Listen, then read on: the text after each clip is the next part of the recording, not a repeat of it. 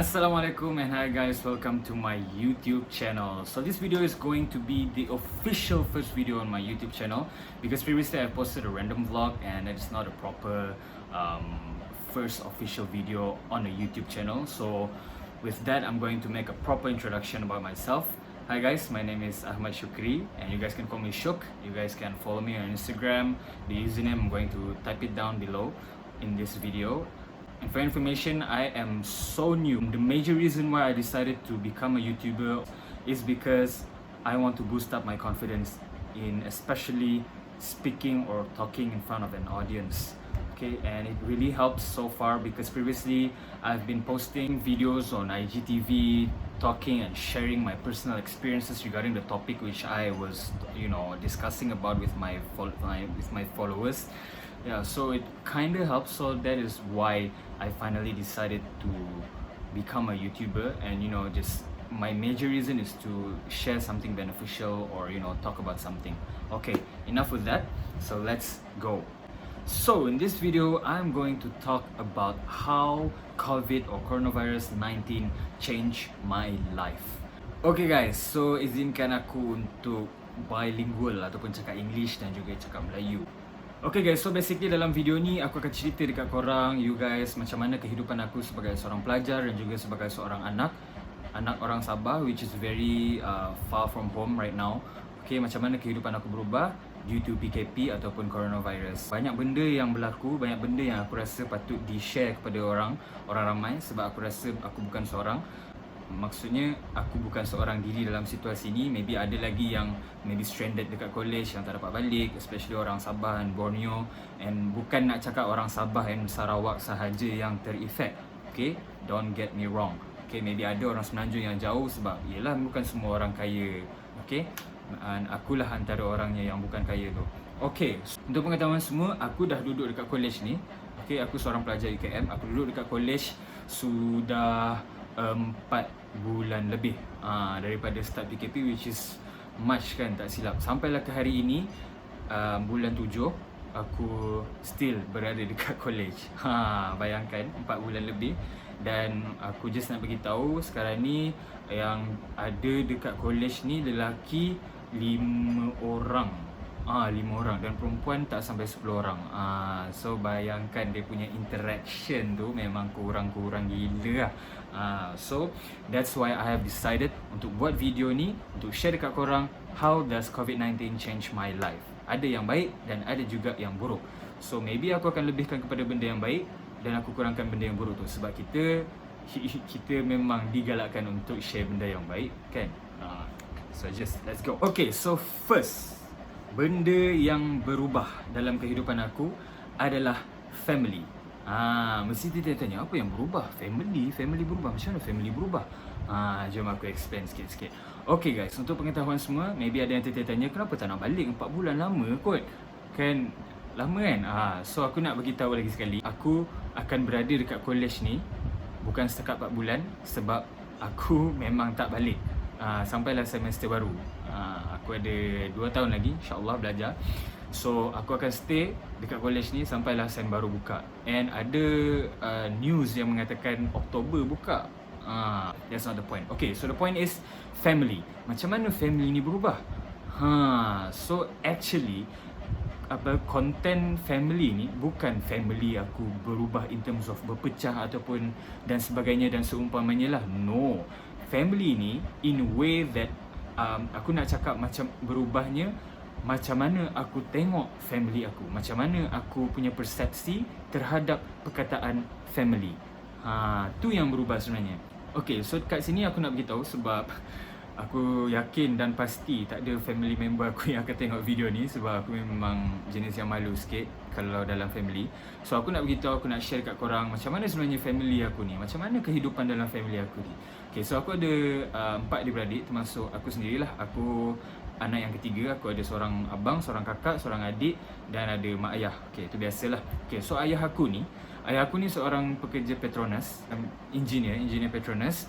So buat sesiapa yang tidak mengetahui pasal Petronas ni, once you're an engineer ataupun you work as a Petronas worker, dalam syarikat Petronas Carigali. Memang yang akan bekerja sebagai Petronas punya syarikat ni, dia tak akan stay dekat satu tempat untuk jangka masa yang lama. Maksudnya, macam contoh, ayah aku lebih kurang setahun lebih ataupun 2 tahun dia akan ditukar tempat kerja. Dia memang sentiasa ditukar tempat. So semasa aku kecil, ayah aku ni dia selalu tak ada.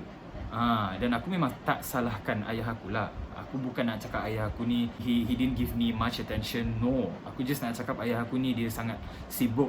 Dia punya pekerjaan tu menyebabkan dia travel the world. Okay, semasa aku kecil aku ingat lagi, aku jumpa ayah aku sebulan boleh kira. Maksudnya dalam sebulan tu aku jumpa ayah aku boleh kira berapa kali. Macam 2-3 kali yang macam tu dia jumpa ayah aku. Sebab dia selalu ditukarkan daripada, kadang-kadang daripada Terengganu, lepas tu dia pergi Sarawak, lepas tu ditukarkan kadang-kadang ke Egypt, kadang-kadang ke Afrika. So memang all over the world. So effect dia, long term effect dia, bila dari kecil ayah aku memang jarang dekat rumah, jarang interact dengan aku pun jarang interact dengan ayah aku. So in the long run, aku punya relationship dengan ayah aku sangatlah jauh ataupun memang tak rapat. Kau bayangkan time tu aku SPM, aku 16 tahun. So aku ingat lagi, aku cakap dengan ayah aku sehari boleh kira berapa perkataan aku cakap dengan ayah aku. Aku jujur aku cakap tak sampai 10 perkataan pun aku cakap dengan ayah aku. So you guys can really imagine how was my relationship with my dad back then. Yeah, you guys can imagine that, right? Yeah, memang tak rapat langsung. Okay, so now let's relate to my first point, which is family. So kenapa COVID ni tiba-tiba aku rasa macam tu? Jom. So bila PKP start, ramai yang balik, betul? Ramai gila yang balik, especially student. Berpusu-pusu, aku ingat lagi sampai balai polis tu full, berbaris sampai luar pagar sebab nak balik. Sebab takut dia nak berentas negeri, so tak boleh balik semua kan. And of course nak balik tu banyak reason dia. And one of the reason why especially students decided to go back home is because nak stay dekat dengan keluarga lah kan. Especially ialah sebab awal-awal dulu macam-macam boleh berlaku, macam-macam benda-benda bahaya yang boleh berlaku kan. COVID is really dangerous, so anything can happen to you or any of your family members. So you really want to stay by your family side. Macam tu lah ayat dia. So aku sebenarnya, okay lah, ini keluar topik sikit, tapi aku dulu kena time PKP nak start tu, aku kena surgery lutut. Aku ada injured sebab sukan lah. Aku tak nak elaborate panjang sebab tu bukan point aku. So disebabkan physical status aku yang belum membolehkan aku pergi jarak jauh, which is naik kapal, angkat barang semua tu, turun tangga semua tu. So aku terpaksa stay. So bila PKP dah start tu memang confirm lah tak boleh nak merentas negeri kan. So aku stay dengan few of my friends and mostly dah balik. So the point is, lama kelamaan bila PKP dah start, and then lama-lama macam 1 month after that, dah boleh merentas negeri ataupun pelajar Sabah dibenarkan untuk balik. Ada satu ketika dulu pelajar Sabah dibenarkan untuk balik, ada SOP dia macam-macam lah. So why aku tak balik juga time tu? Sebab ayah dan mak aku cakap dengan aku, it's better for you to stay here. So aku ni jenis yang yelah, okay, macam tu lah. Sebab aku malas nak, bukan aku ni anak yang baik. Aku kadang-kadang melawan juga, tapi aku just malas get deeper into the conversation. Sebab dorang pun kata nanti kalau dah okay, dorang akan datang balik. Okay, so aku pun okay lah, tak apalah, just stay kat college. Dan puasa pun datang. Bila puasa tu, aku jujur cakap dengan korang, bulan puasa tahun ni adalah bulan puasa yang cukup menyayat hati lah untuk aku. Bulan puasa tahun ni adalah bulan puasa yang pertama dalam seumur hidup aku celebrate ataupun sambut seorang diri. Which is, kawan pun tak ada, nak buka puasa pun tak ada, memang seorang diri. Aku tengok phone tengok aku. Aku tengok makanan tengok aku. Sebab tahun-tahun sebelum ni memanglah kita memang tak celebrate ataupun buka puasa dengan family, sebab memang duduk sini, lepas tu cuti pun tak kena. Tapi at least previous years aku ada geng-geng aku, member-member aku buka puasa sekali. So you know, the vibes are almost the same, just like when you are buka puasa dengan your punya family members. But this year is totally different. The vibes are totally different. So maybe hikmah dia, Allah nak bagi aku untuk lebih bersyukur dengan perkataan family tu. Aku akan explain lagi sikit. So panjang sikit pasal family ni. So hopefully you guys tak rasa bosan. Sebab aku rasa family ni cukup-cukup relatable kepada sesiapa yang mendengar sekarang ni. Okay, sebab aku yakin dan juga pasti ramai yang memang jauh daripada keluarga, bukan setakat student, maybe orang yang bekerja pun memang tak dapat balik time PKP, yang boleh relate dengan aku punya content ni. So bulan puasa pun habis. So bila masuk raya, raya pula memang lagi aku cuma dapat wish melalui video call. Faham tak? So selama ni aku dapat cium tangan mak ayah aku dapat peluk mak ayah aku, walaupun aku tak rapat dengan ayah aku, tapi raya lah merupakan satu-satunya momen sepanjang setahun yang aku boleh face to face dengan ayah aku untuk cakap, ya, minta maaf, ya, selamat hari raya, ya.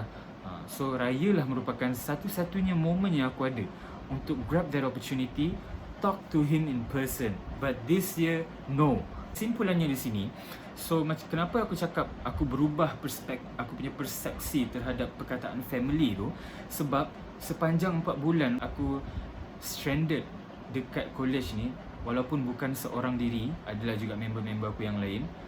Tapi you know the vibes, bila kau seorang-seorang selalu, member kau semua tak ada, semua balik, okay? Lepas tu kau memang tak ada orang nak sembang-sembang macam kau sembang dulu dengan member-member kau dalam kelas ke apa, lepak-lepak, makan-makan dekat kafe ke apa selalu kan. Tapi semua dah tak ada, so kau memang literally alone most of the time. So this made me think, membuatkan aku lebih appreciate perkataan family tu. How and in what manner? Because aku dah lama jauh daripada keluarga, lama gila. And PKP ni je 4 bulan, dan sebelum tu pun aku tak balik. Cuti SEM je aku balik. So memang lama gila aku tak balik. So aku dapat simpulkan yang aku sepanjang PKP ni and macam mana COVID-19 ni ubah aku punya persepsi terhadap family, is aku lebih appreciate perkataan family tu. Aku appreciate ayah aku appreciate mak aku appreciate adik-beradik aku, abang kakak aku, adik aku. Inilah yang aku dapat perubahan dalam diri aku semenjak PKP ataupun semenjak COVID-19 ni. Okay, maybe ini hikmah dia, kenapa aku tertinggal ataupun tak balik dekat college ni. Aku lebih appreciate, aku menghargai the presence of my family members. Okay, sebab aku tahu ramai di luar sana yang dah tak ada ayah, dah tak ada mak, maybe jauh lah macam situasi aku. Aku rasa keputusan mak ayah aku untuk tidak membenarkan aku balik ni merupakan satu keputusan yang a blessing in disguise lah orang kata. Sebab memanglah rasa heavy sebab tinggal dekat sini kan, seorang-seorang pula tu. Tapi bila fikir balik, jadi macam ni sebab aku lebih appreciate aku punya mak ayah. So aku rasa benda tu sangat-sangat berharga lah. Okay, sebab dia ubah diri aku untuk jadi lebih baik, ubah diri aku untuk menjadi lebih bersyukur ada mak ayah.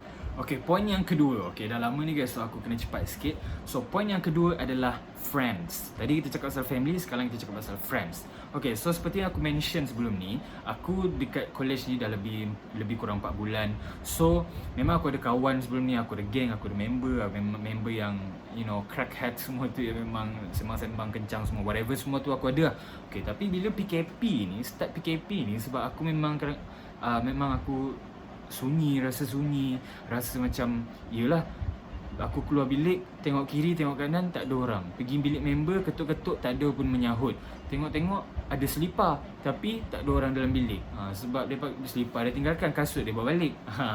So aku ketuk-ketuk, memang tak ada. So awal-awal tu susah untuk aku adapt, sebab aku macam rasa sunyi. Sebab aku selalu bangun terus pergi bilik member, sembang-sembang, pergi breakfast, pergi makan sekali dengan orang. Tapi bila dah PKP ni, COVID ni, ramai dah balik, aku dah tak tahu nak buat apa. Aku dah tak tahu nak interact dengan siapa. Aku tak tahu nak makan dengan siapa.